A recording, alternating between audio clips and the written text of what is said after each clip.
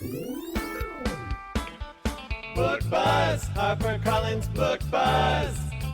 Check it out. Do-do-do, Book Buzz, HarperCollins Book Buzz. Brought to you by Library Love Fest.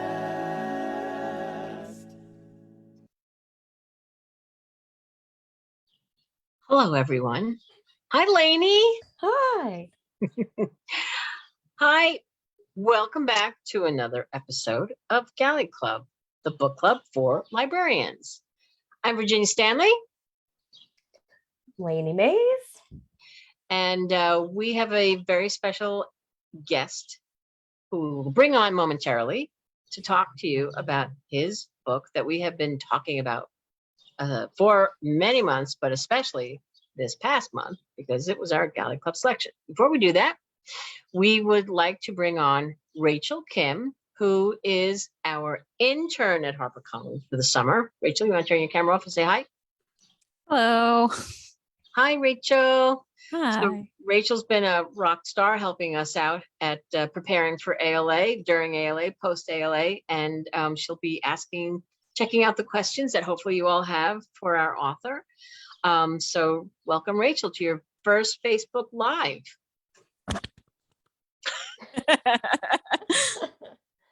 All right. Well, without further ado, we've been talking about this book all month, and we've been talking about how much we love this author. So Kevin Wilson, turn off your camera and say hello to your adoring fans. Hi. Hey everyone. We're Thanks so for having happy me. you're here. Oh, I'm happy to be here. Well, look, there are so many people here already checking in and saying hello, welcoming you, and so happy to talk to you about the book.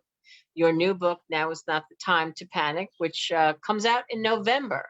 And so it's the perfect time to be talking about it because this is such a great read that you just want to sort of take your time with until you vote for it. The library reads October 1st. So Kevin, you are beloved by readers, by librarians, by us, by Echo, your imprint. People are just saying, I am so in love with these characters by your readers. Oh. Your books and your characters are unforgettable, and they find a place in a reader's heart and they stay there. Oh, thank you. That's really kind. And I mean, for me, writing is, I'm working my way through these stories and I'm trying to figure out stuff. But I think the only way I can really connect to it is if those characters are meaningful to me, that you care about where you end up taking them. And so it is always that strange moment when you start to realize, oh, okay, this character has clicked. I know who they are. And now I've got to figure out how I'm going to get them from point A to point B. So that makes me happy to hear that some of these characters can resonate. Yeah, I think the thing that I've heard authors say time and time again is that they don't feel that they're done until it's read. Like then it's done. And because of course they connect with you, but then to connect to people who are meeting them for the first time when they open up the book. You can't see because I have this crazy background on. But Lainey, can you show the jacket for Now Is Not the Time to Panic? Oh, thank you. Oh, Kevin, can you give us a little, give us a synopsis of the book? Sure. Yeah, no problem. And I think it's really lovely. And I'm really happy that people might be reading it in the summer since it's a book that's heavily focused on the summer. So it's about a young woman, a woman as an adult, Frankie, is starting to look back at this single summer when she was 16 in this tiny town of Coalfield, Tennessee, where this kind of transformative thing happened. And now she's an adult, she has a kid, she has a husband, she has a life. But in this one summer, she meets this boy, Zeke, who is new to town. And over the course of this one summer, they find a kind of kinship with each other, and they both love writing and art. They feel like misfits who have found someone who understands them. And over the course of the summer, they make this poster and they start placing it everywhere in this tiny town. And it creates, at first, a small panic that builds into a national panic, and no one knows who's done the poster. And Frankie has to kind of live with that secret. And then we move into the present, where a reporter for the New Yorker has figured out, she thinks that it's Frankie. And now Frankie has to reckon with what will happen, this thing that she did as a teenager, and how it will reverberate into her real life. And also it forces her to search for Zeke, the boy who she has not seen since that summer. And so, you know, it's a book about the kind of transformative moments of being a teenager right on the precipice of adulthood, trying to imagine who you can become, and then what the ramifications are once you become that person. Right. Yeah, there's a terrific piece that you wrote, the foreword for the book, which you also audio recorded for the audio book, where you talk about, you know, what the inspiration was for this book, and you talk about, you know, who you are, who you were, and how you can how do you sort of reconcile, you know, what you thought you were going to be, you ended up being. What parts do you bring along with you, and what do you leave behind? It was really interesting. And I know, Lainey, you wanted to talk a little bit about that that aspect, the forward, the recording. Yeah. Oh, I can talk about it if you. Well, one of the weird things is it's the first time I've ever done an audiobook where I've read something. And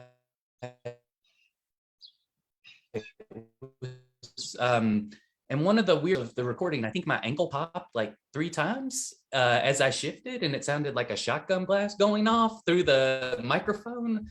So I don't think I'm cut out to be an audiobook narrator. I think my body is too noisy. But yeah, so I can talk a little bit about the how this maybe came to be through my own life, which is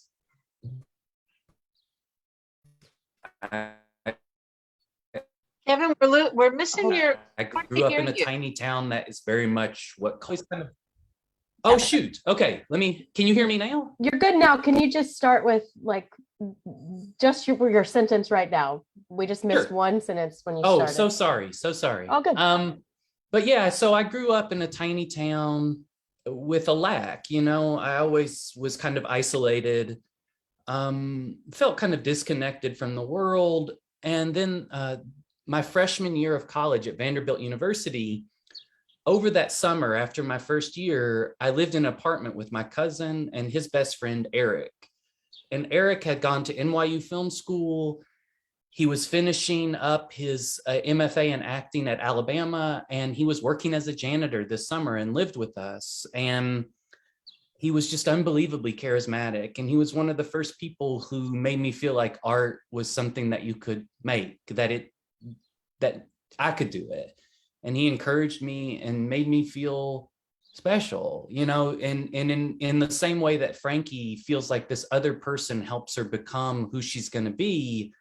I got that from Eric. And at one point, I was doing this online policy and procedures manual for the Vanderbilt Hospital. I was writing it all in HTML. And I was just so bored, I just started making stuff up and writing it and hiding it. No one was ever going to read it, or maybe they were and I'd get sued, but I just to do it. And I asked Eric, do you want to write something? And he wrote this line: "The edge is a shanty town filled with gold seekers. We are fugitives and the law is skinny with hunger for us." And I wrote it, and it just buried itself in my brain. And I say it all the time, you know, probably 2 or 3 times a day. I just repeat it. It's calming. And it was just that moment where I thought, I want to be a writer. I want to become this person. And Eric was the person who helped that happen. And so I wanted to write a little bit about him. Am I still going in and out? That was perfect. Okay, great. Yeah. Sorry. No, that we were all just kind of like absorbing that's really beautiful that he can that the words that he gave you are so cemented in this, and this is a tribute to it, this whole book. Yeah, and that's the thing I guess I should have said was I was writing this book, and I'd always thought, I knew I wanted to write this book, and I always thought it was the book that would bring me and Eric back together. We were friends, we would talk every couple of years.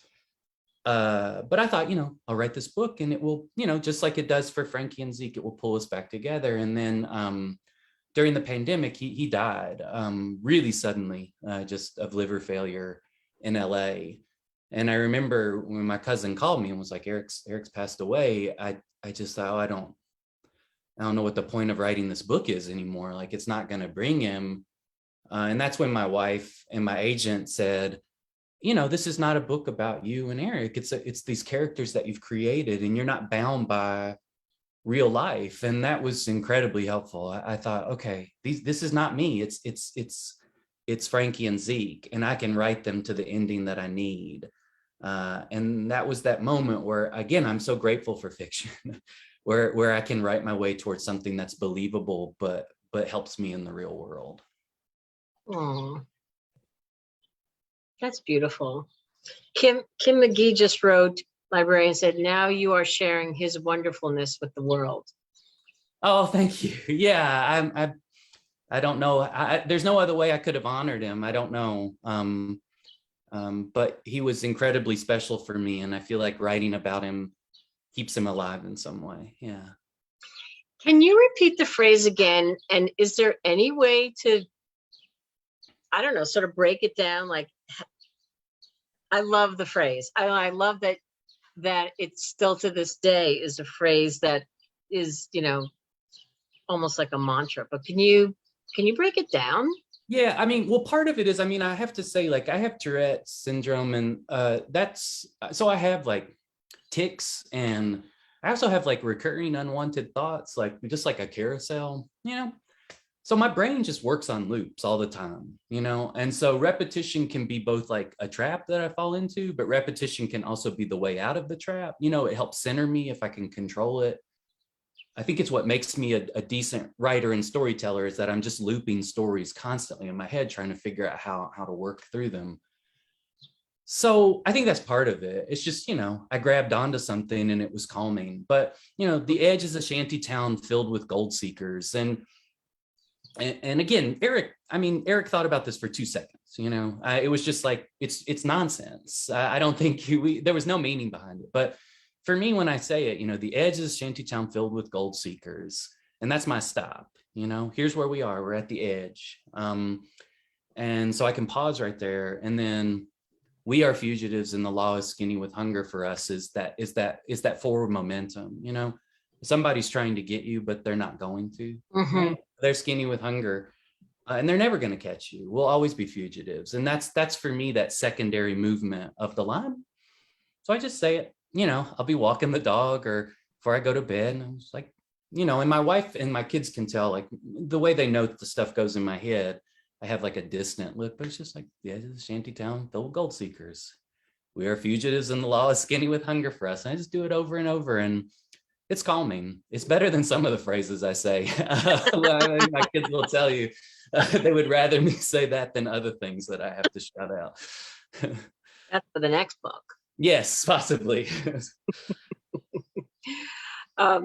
So, of course, in my usual like rush to just start fangirling over you about this new book, because we're just so excited about it. There's, we've, as I say, we've been talking about this for a long time, and we have there's such tremendous fans in the library world. We had the last time we were together for Galley Club, we had Echo, the imprint from HarperCollins under which your book is being published, Vice President and Publisher Helen Atzma, and Megan Deans, who's the Senior Marketing Director.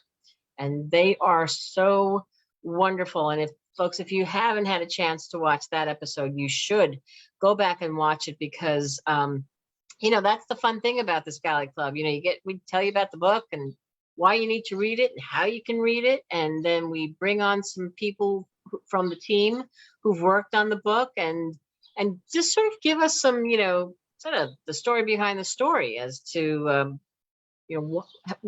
why this book, what is the, what is the magic about this book? Well, first of all, the magic about this book is that it's Kevin Wilson's writing, and that's kind of all you need to know.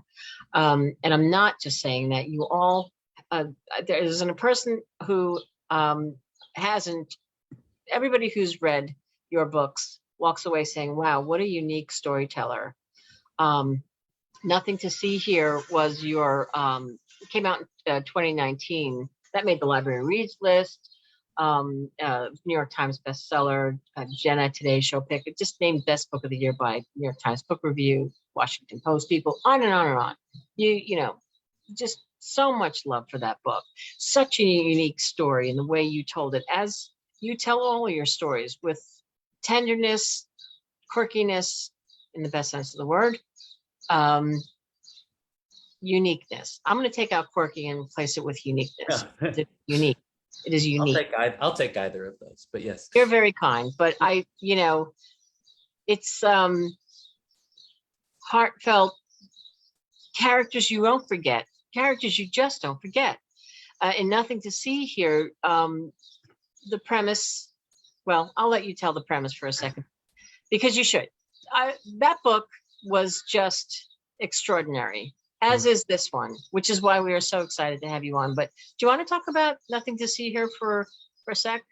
Sure. So Nothing to See Here is a book about a young woman, Lillian, who's kind of gone nowhere, or thinks she's gone nowhere with her life. She had a lot of promise, grew up in really poor circumstances and had tried to get out and couldn't. And her best friend at this private school was Madison, who's incredibly rich, incredibly privileged. And their lives have gone completely in different directions. And then Lillian gets a letter from Madison saying, I'd love for you to come live with me in this mansion in Franklin. My husband is a senator. He has 2 stepchildren, and we need you to take care of them for the summer until we can get full-time care. And when they're agitated, they burst into flames. And so Lillian decides to do it, to spend this summer so that she can be close to her former friends, so that she can maybe imagine a new life for herself. And when she takes care of these children who are, to most people, quite freakish, she finds some sort of connection to them and decides that, her reason for being is to protect them, not to keep, obviously she wants to keep the house from burning down, but really what she wants is for them to feel safe in the world. And again, kind of like this book, it takes place over a single summer. It's a super compressed narrative, where characters are trying to make sense of this formative moment in their life. And I think there's a lot of reasons why I'm doing that. Part of it is I'm 44. That's not old. I don't mean like, I'm this old. I'm 44, and I'm at that point where I have kids now. My son's 14. My youngest son's 9. And it's just hard not to constantly look into the past and say, what's the thing that made me become this person? How did I get from point A to point B? Because you've lived long enough that you can actually look back at the past with a little distance and recognize that, well, that was weird. That was strange. This was important. And so I think I'm writing a lot of stories like that, where I'm trying to look back into the past and pinpoint that moment where something opens up, and you can step through that door, right, and become a new person. And then I've always said, and then when my kids get older, I'll probably be writing stories about lonely parents whose children never call them and all that. My life is always kind of informs the writing that I do. But yeah, I think there's a lot of similarities in these 2 books about people who feel outside of the rest of the world, realizing that if they can hold on to each other, they can make things tolerable, they can live. Maybe those are the characters that I always gravitate towards, are the characters who feel alone until they find somebody that they can hold on to. And once they do, they realize who they actually are. I've always loved those stories, as a kid, those kind of odd pairings of people. So yeah. Nice. Yeah, I think characters in in Now's Not the Time to Panic, I want to talk a little bit about that, because last week when we were talking to the team, we were saying that this book, personally to me, I feel like I like another character. Like I can't pick who is my favorite. I like them all for different reasons. I really like Frankie's mom.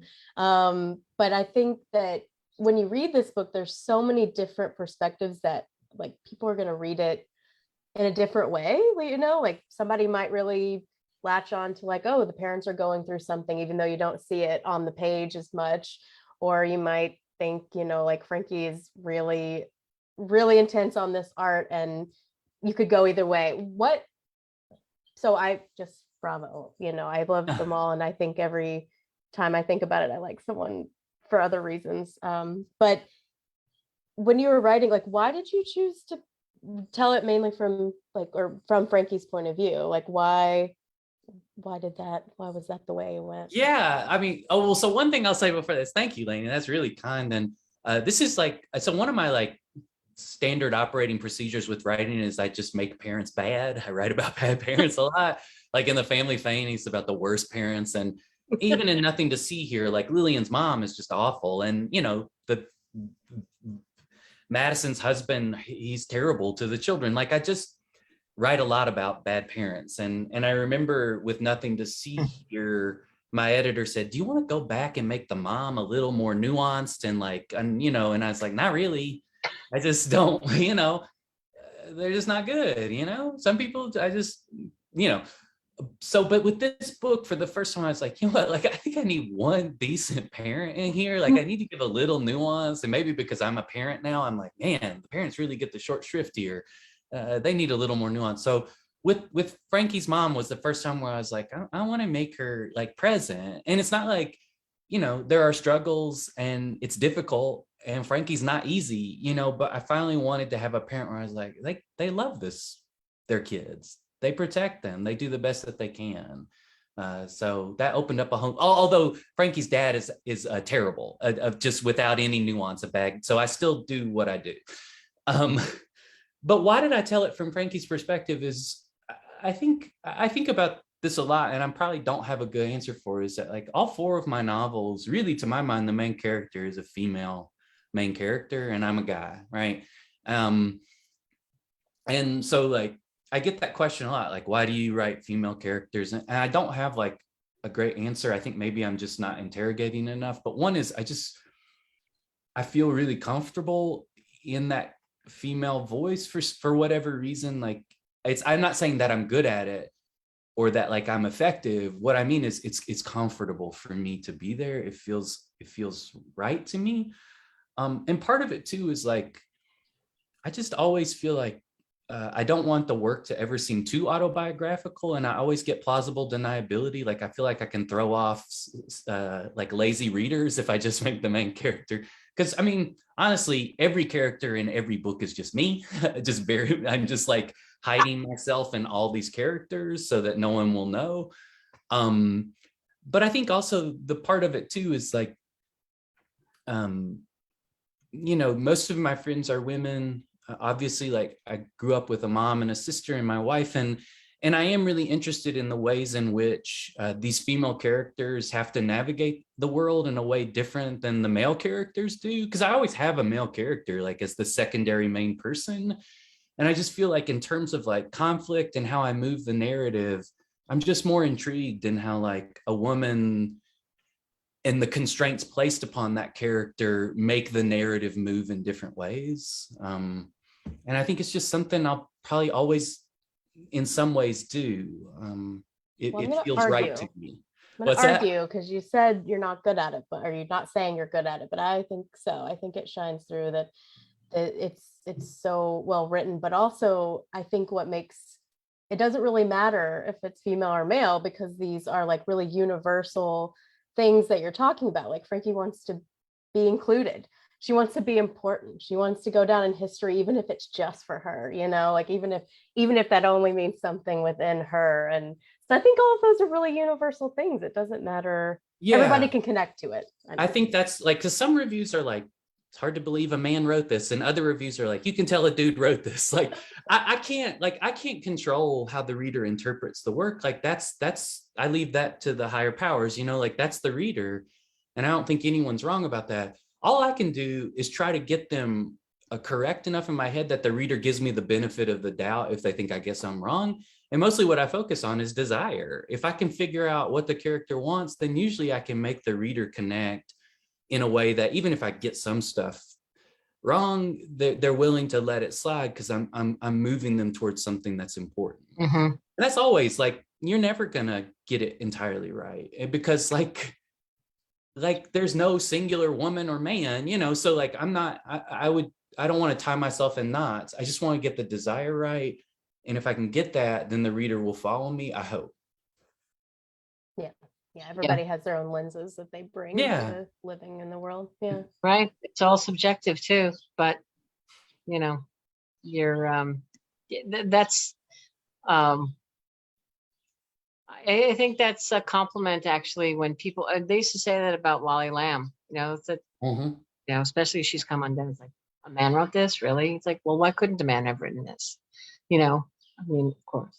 Rachel, we have some questions, some comments. Yes. So Casey Davis asks, have you ever wondered what your life would have been like if you had never met Eric? Oh, I mean, that's lovely. I think, at that point, so I had grown up in a really rural town and my parents were incredibly supportive. Like my dad, when I told him I wanted to be a writer, I mowed the grass for people in the summer and we were at his truck loading up the lawnmower and I was like, I want to write. And he's like, sure. Yeah. I mean, they were incredibly supportive. They were like, well, you can do whatever you want. We just want you to be happy. And so that also, like, I think that's why I write about bad parents too, is because I don't know what I would have done if my parents hadn't protected me from the world in some ways. My parents have always been supportive of what I do, even if they, are weirded out by it sometimes.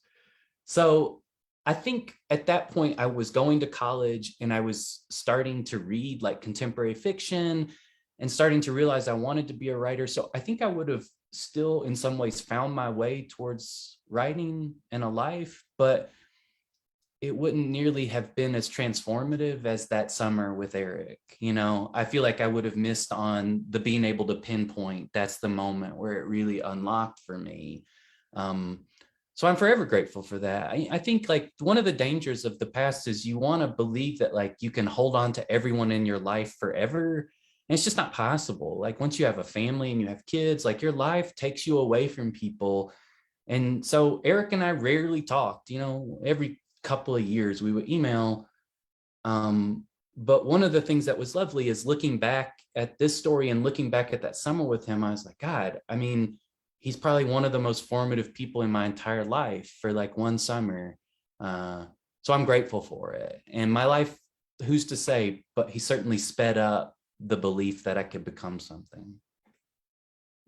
It's fascinating to know that your origin was still a writer and Eric was just the spark and another push. But speaking of origins, you keep mentioning that you're from the South, and Maureen Roberts asks, how does your Southern background inform you about writing and storytelling? I think that's a great question too. And I think one of the things is like, I don't know that it's hard maybe to, I mean, obviously my accent sounds like this, so I'm a Southern writer, but like, I don't know that my work is overtly Southern. Like, I don't know that there's really a thing that connects me to like Faulkner or Flannery O'Connor necessarily. But I am Southern. I grew up in this space, but to my mind, like what I'm more about, like my wife grew up in Atlanta and that's the South too, right? But a way different Southern experience. And so for me, what I write mostly about is rurality. What I'm interested in is growing up in these tiny towns, these small spaces, these communities. And honestly, I worked for 2 years in the gender studies program at Harvard, and I would always go right after college, and I would always go up to Maine and New Hampshire to hike. And I would drive through New Hampshire and Maine. I'm like, this looks like the South, man. Like it was crazy. It's just, to my mind, like the rurality of things where you're like, I have very little and there's little access. And then that shapes, in some ways, it's a constraint that also shapes the person you're going to become. So I think I am a Southern writer, and I blend that in, but I'm more right about like smallness, constraint, isolated spaces. You know, for me, that's where I'm most comfortable. Like I don't, you know, I I couldn't exist very well in Nashville, even if it's the South. I don't handle it well, and I'd be better on a mountain in Maine. I think that needs to be like on a t-shirt. I'd be better on a mountain in Maine. Everyone would be better on a mountain in Maine, maybe. For sure. So folks, this is the final episode for this month. So bring your questions and comments to Kevin, because this is the Full Circle book club for librarians. So If not, I have to vamp for like 30 minutes. No, you should see the comments. Oh my and God. stuff coming in. It's yeah. I don't know. I don't want to jump over. Rachel, do you have anything, or you want me to read some comments?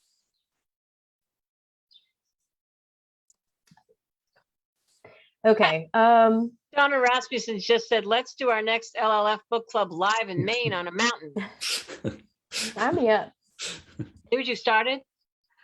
So I think the three of us should just, because we have questions here, and we've got questions on and comments on Facebook Live. So let's all just chime in.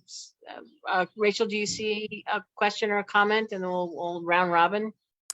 Yes, I see another question by Kim McGee, circling back to the phrase. She asks, did your friend ever explain the meaning of the phrase? Oh, no, Eric wasn't interested in that. It was just, I was like, he wrote it on a piece of paper and was like, you can use that. We were just trying to make up weird cryptic sounding stuff so that if like some middle management guy in Vanderbilt Hospital was like trying to figure out a policy he needed to look up, he would read it and be really freaked out, that was it. And I know one of the questions was like, is it still there? And it's like, it's not, because this was right at the beginning of like the websites. Like I was typing a 700-page manual by hand in HTML.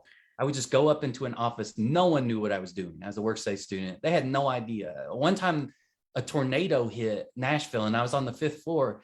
I had my headphones on, and like 2 hours later, everyone came back up and they were like, there was a tornado. We all had to go in the basement. And I was like, oh, no one told me. And they were like, we forgot you were here. Nice. So I typed it all up. It was all on there. But then when places started to realize that like websites were important, they digitized the whole thing, and they removed it. But it used to be for years, I could search and it would still be there. I don't think they ever saw it. No one was looking at that thing. Oh, that's so funny. I really want like this book to come out and, see it somewhere and just that contact you and say, I wondered what that was. Like, that's my dream that someone no one was looking. I still can't believe they paid me to do it. It was just it felt like Sherlock Holmes, the Red-Headed League, where the guy just copies out the Encyclopedia Britannica for no reason. Like they were giving me money. I'd sit in that room and that was that. Yeah. Well, kept you busy. Yes. Kept you out of trouble, maybe. And it changed your life, because look what Exactly. trajectory it sent you on. So we had a nice conversation about the jacket of the book and the art. It's so cute. So cool that the story behind how the jacket was created, and just so neat that it just mirrors a bit of the story. This thing, these two kids messing around, and they make their art, and then they find the copy machine and dust it off, fix it, take out the paper jam, and next thing you know, making the posters. So I'll just say, being with HarperCollins and being with Echo, like I have always had like the best book covers and like the best designs. Like I feel incredibly lucky. Like I've never had to say like, oh, I wish that looked, they've always just knocked it out of the park. And and I love all of them. And I think we talked about this last time, Virginia, but like I've never chosen the title for any of my books though. Echo, they give me good covers, but they won't take my titles. So which is fine. I feel like they know better than I do. But yeah, I could not love this cover more. It's just so perfect. It Yeah. feels entirely spot on. It really does. Let's see. More questions, comments? Lainey, Rachel? Yeah, I think we've had some questions about writing. So I know like Nicole asked what your writing process is, outline or not. And then someone asked if like writing during the pandemic was harder or easier. So I don't know if you just want to talk about your writing process. Oh, sure. I mean, writing everything during the pandemic was harder. Honestly, I mean, I just because there was the low level terror of, and which, you know, of what's going to happen, and are the people around me going to be safe, and so it was not easy to write. But I've talked about this a lot, but like I don't write very much at all. I don't write every day or every week or every month. I just can't. Like I can hear my children right now, just like, man, they have the heaviest footfall, but like they're our entire world, and we live on a mountain in Tennessee. Like they want us all the time, and it's just very hard for me to be like, well, I'd love to do this, but I got to go write the great American novel. Like my children know that's not true. You know, they know I'm not going to do that. So I write when I can, and I love it. It's like, and I love to like, again, we talked about that, like that moment where you send it out into the world is where, you know, it becomes that thing that it's going to become. But no one, even if the book sucks, even if it never gets published, like no one can ever take away the generative stage from me. And that's where the most pleasure lies, like the making it.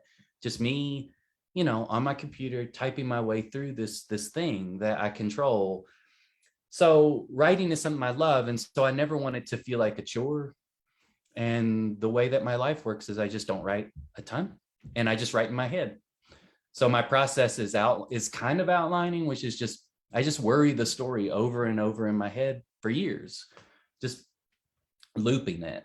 And I just do that forever. And then finally, when I get time, my wife and I, she's a writer too, 12 days is the most that we can be alone with the children. So we do 12 days. She'll go away to a residency, or I will. And for those 12 days, I just write crazy fast, super fast. And then I just have this bulk of material that I can kind of worry in my head again. So I have friends that write every day at 5 a.m. for 2 hours. And I really, you know, applaud that, but it's just not for me. I like to read too much, and I like to write in my head. And so when I go to write, it's super fast. And so the pandemic, there was all that time I was like, I wouldn't be writing during this time anyways, you know? So we just built a treehouse instead. It seemed like a more useful thing to do. And then I do think though, when Eric passed away, I was really close. And so that was one of those moments where I was like, I'm going to have to sit down and do this, because otherwise I'm going to be thinking about all this stuff. So that was one of the few times where I was like, just sit down, work your way to the end. And I did, but otherwise, no. It's super quiet for a long time. I think building a treehouse with your kids is a pretty great use of your time. Yeah, it was once my father and I built it for the kids, and then when we finished it, we were like, this thing is crazy high up. Like, why did we make it so high up? We never once considered the fact that children would be in it. So now we have this incredibly high up treehouse that I never want the children to go into unless we're there, or they're like buckled into this strap. So it just kind of looks nice. It's a place for my wife and I to hide from the kids sometimes. That's so great. Or you could wrap the kids in bubble wrap and then let them go out. Yeah. All right.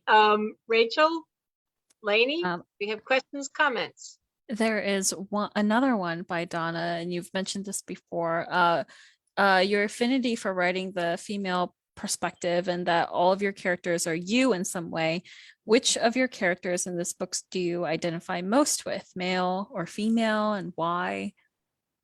Yeah, I mean, in the last book, it was Lillian. And I think a lot of people who know me would say that Lillian's voice is just my voice. It's just kind of sarcastic and profane and self-deprecating, and I just felt like it was a really lovely character to work through because we sounded similar, you know. So every time I just had to change it slightly to make her voice work for me.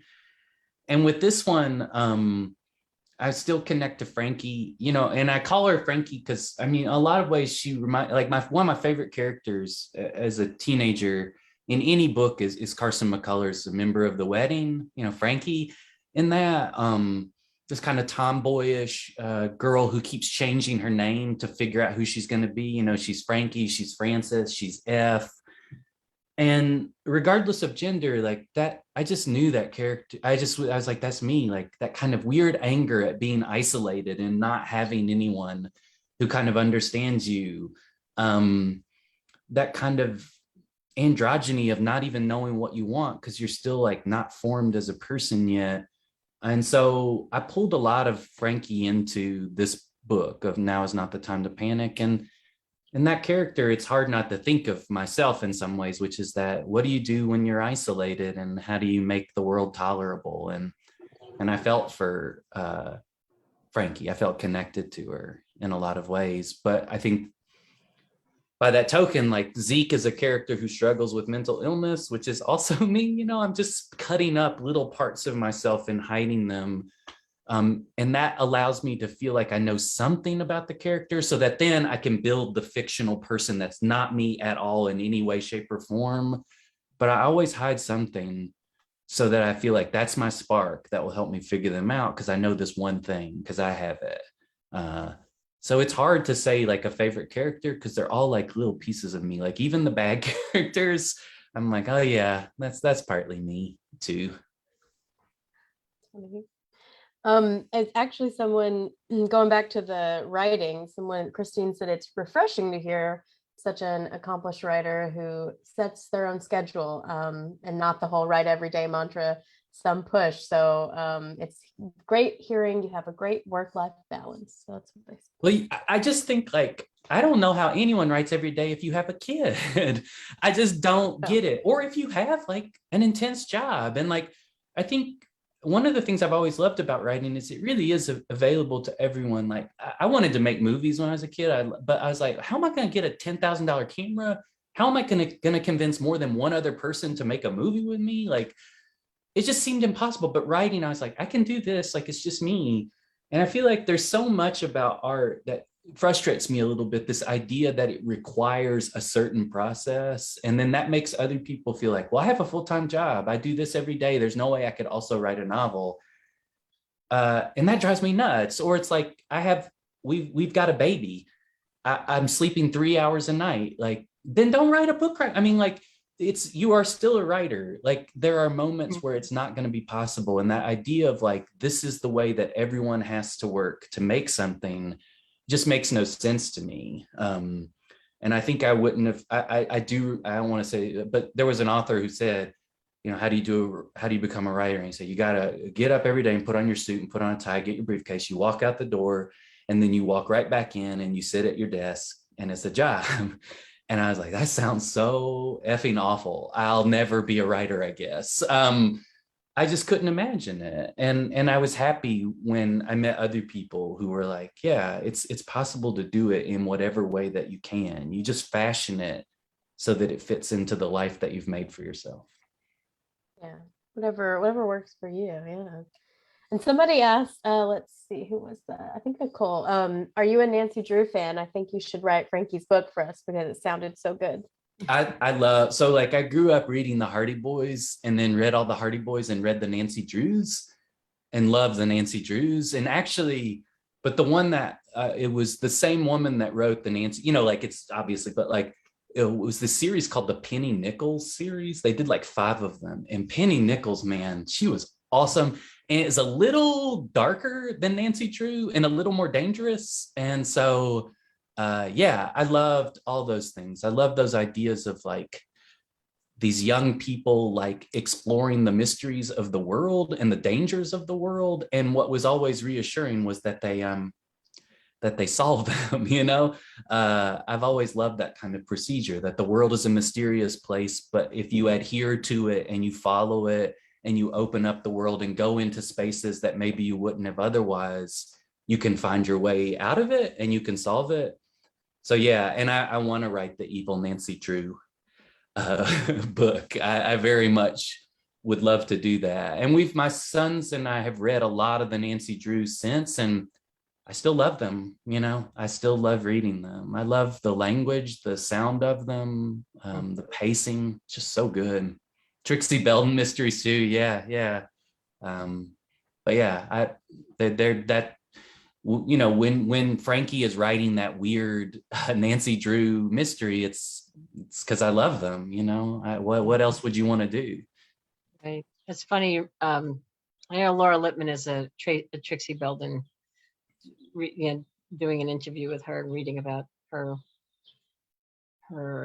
love for those series.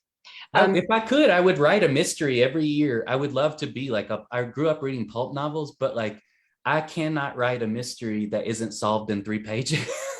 Like I cannot figure out how to like extend the mystery. And I've tried, and I'm just like, oh, I just don't think I know how to hide stuff very well. So I'll just read them and be happy with that. Well, that's No, fine. Go ahead, Lainey. What? I was just saying, in a way, you did write a mystery novel. You're just on the other side of it because you know Frankie's story. But really, if you were doing the other side, like the journalist. Yeah, in the very first page, I give away that she did, and then we just work. So yeah, I'm not good at it. But you're good at so many other things, like bringing us, these unique characters with put in situations with usually very unlikable parents or those in roles of parents. Yeah. And the kids are the victors. They're the winners. Beth Thomas says, as a child, reading was so important for me as a world where I could feel like I was quote unquote okay and not the social nerd that I was in real life. Was there a book that made a particularly significant effect on you that you read as a child? So we talked about some of these. Oh yeah, and I've talked about this before once at ALA a couple of years ago. But like I grew up in Winchester, Tennessee, and I went to public school and middle school and went to Franklin County High School. But in elementary school, I went to this tiny Catholic school called Good Shepherd. Like 5th and 6th grade were together. So like the nun would teach 5th grade and then turn around and teach the 6th grade. And it was just such a tiny, but there was a library and it was a trailer outside, an air conditioned trailer outside of the school building. And you could go, once a week you would go get your books. But like, for whatever reason, because like the nuns had to teach 2 grades, I would finish my work and they would let me go do janitorial work. I'm not even like, I would just go sweep the hallways because I was finishing my work. But they would also let me just go into the library. And there was a librarian, Miss Susie Smith, and she started to notice that I was looking at books and she would start to give me books, and it was a weird library because it was like all books are like, I cannot tell you how many books about kids with polio that I have read because that's all the books that were there, like a kid with polio builds a soapbox derby car, a kid with so I just read whatever I could find. And so she started giving me books, and she would leave them and I would read them. And the book for me that really transformed me was The Yearling, Marjorie Conan Rawlings. It's about a young boy who takes care of a baby deer, lives in the swamps of Florida. It was a book about the South, and it felt like really interesting to me, but more, it's a book about, it's really dark for a kid. It's not a kid's book, but kids read it. But I mean, there's a point in it where the father says, I wish I could have protected you from the world, but it's just not possible. What else do you do but take it for your share and move on?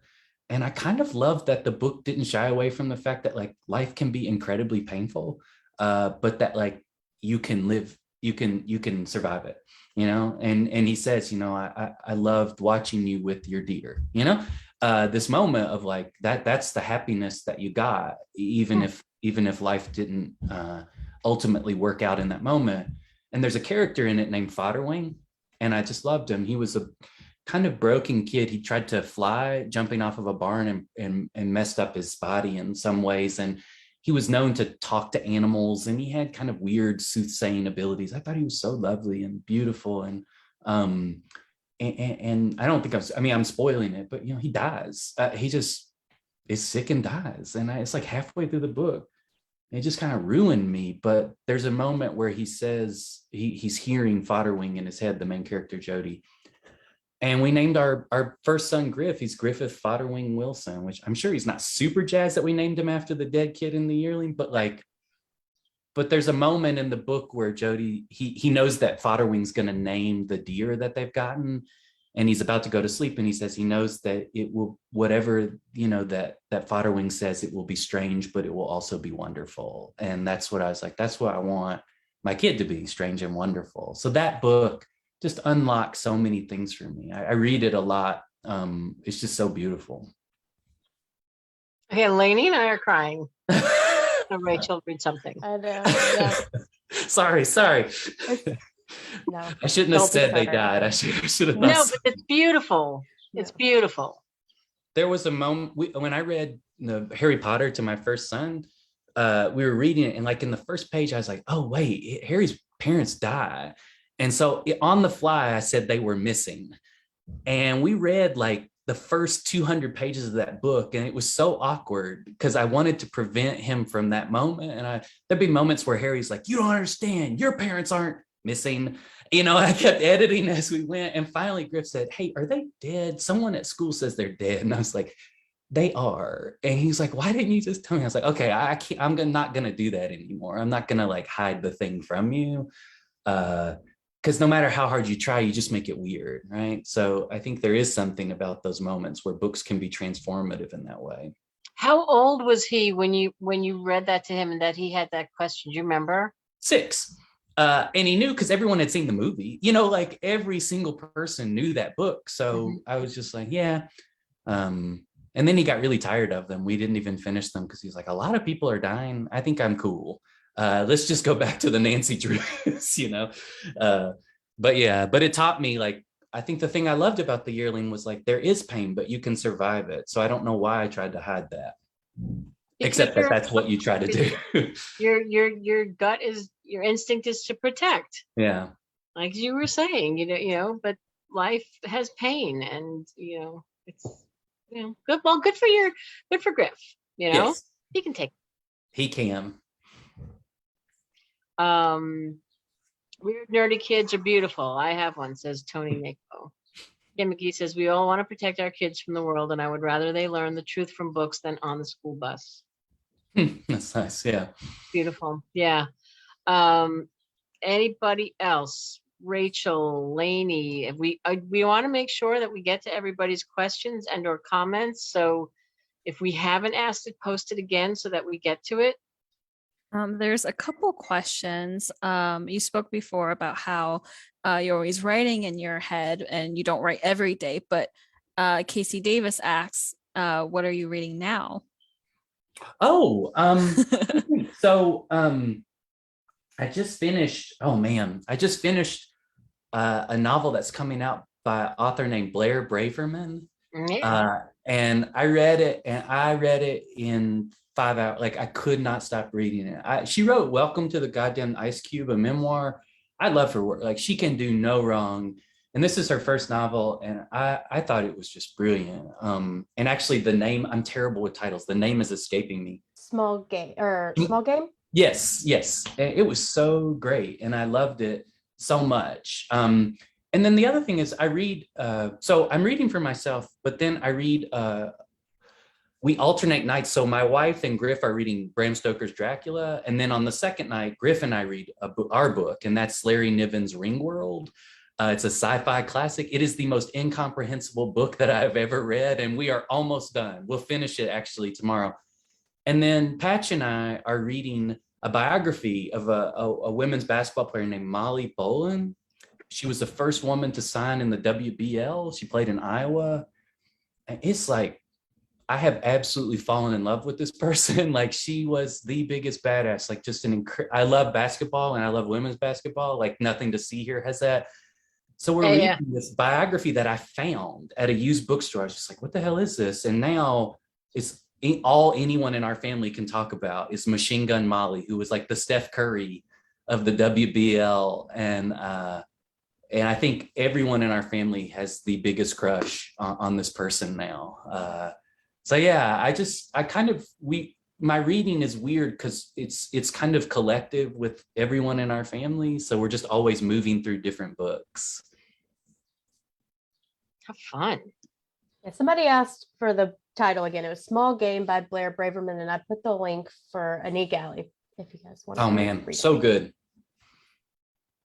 We actually had her on Facebook Live. Is that right?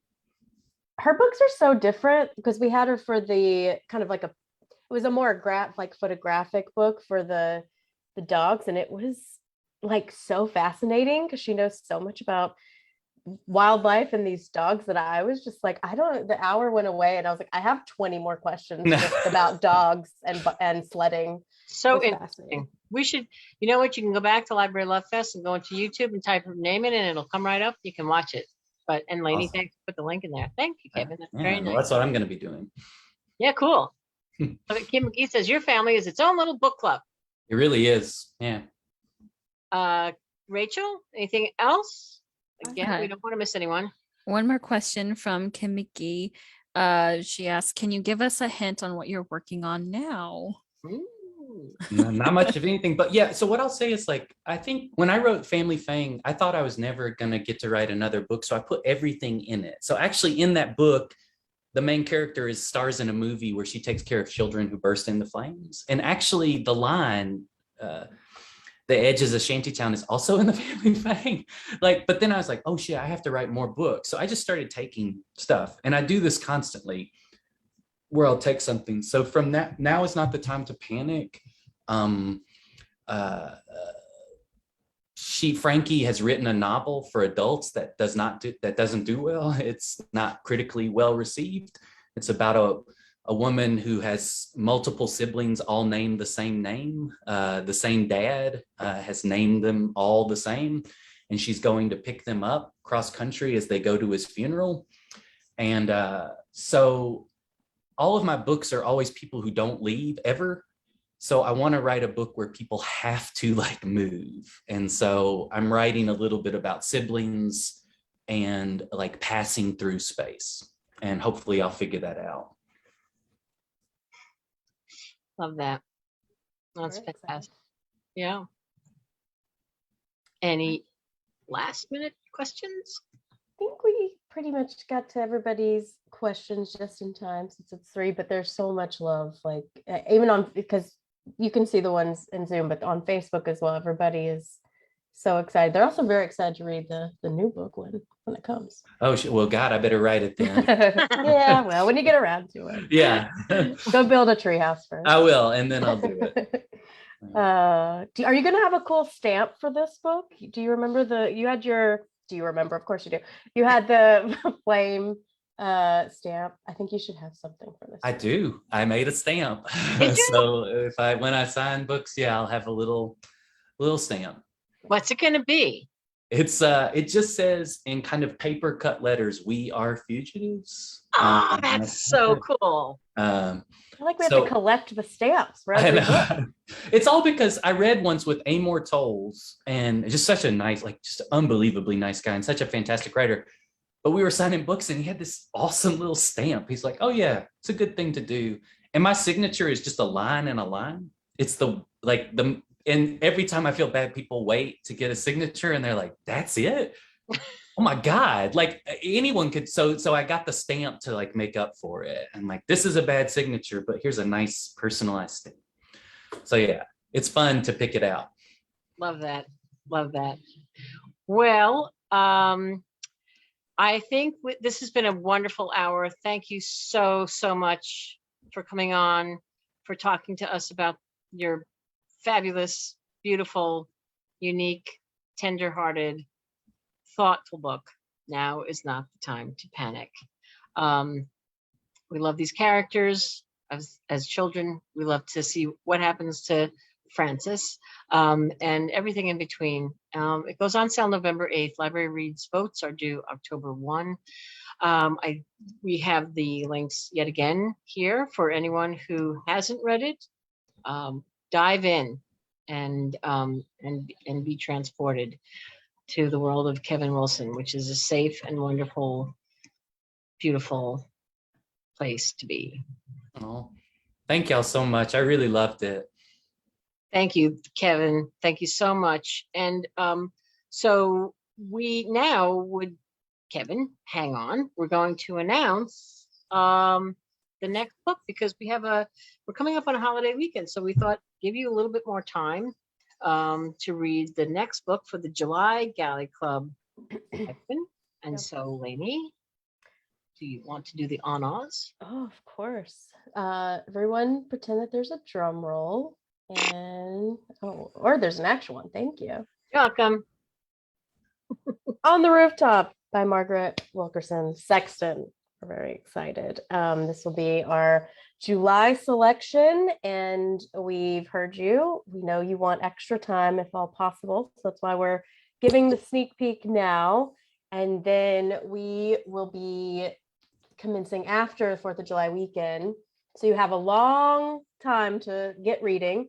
And then we'll be back on the 12th at 2, and we're going to talk more about the book, and then we will do a little bit of buzz so you can hear about some other books. And then the team, Echo, again, we're very excited, is going to be on the 21st. It's a little different. It's on a Thursday this time, still at 2. And then the 26th, Margaret's going to be on. So we're very excited. And hopefully that gives you like almost 4 whole weeks of reading. So it gives you some time to read it. And this is a terrific book. Boy, this is getting so much love. I'm not just saying that. We just came back from the American Library Association, and we couldn't keep the galleys. We couldn't restock them quickly enough because people have heard word of mouth about this book. It's about it's set in the 1950s in San Francisco, and it's about a mother who has these 3 daughters, and they're singers. They're the Salvations, and they've been singing and dancing for their entire lives. But as they get older, the daughters want to sort of branch out onto their own lives, and the mom doesn't want that. But it's more than just the story of a not a stage mother, but also this family and this life that they've chosen, this career. But it's also about gentrification and what's happening in this neighborhood, and how the racism and classism and things are changing quickly. And so there's much to dive into, much to talk about. And so please just download it, start reading. There's echoes of Fiddler on the Roof in this book, and it's just a wonderful, wonderful read, and you'll see what we're talking about when you dive in.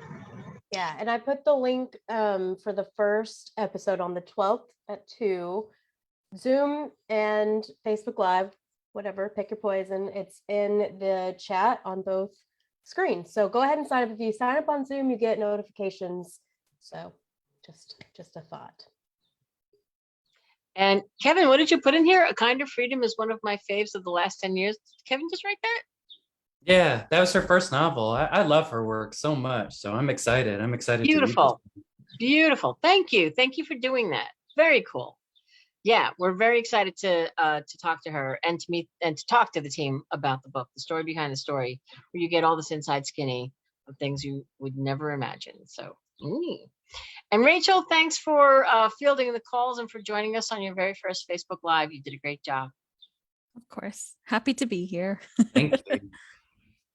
And Lainey, I guess we say goodbye now to dear Kevin Wilson. I don't want to. Don't want to. I know. Best. We could keep talking, I think, but yeah, it's been so lovely. Thank you for taking the time to talk to us. Oh, I always love it. I really appreciate you guys. So thank you so much. Thank you too. You be well. You. All right. Best to your family. Thank and you. Everyone, thanks for watching, and be well. And we'll see you very soon. Take care. Happy 4th. Bye, everyone.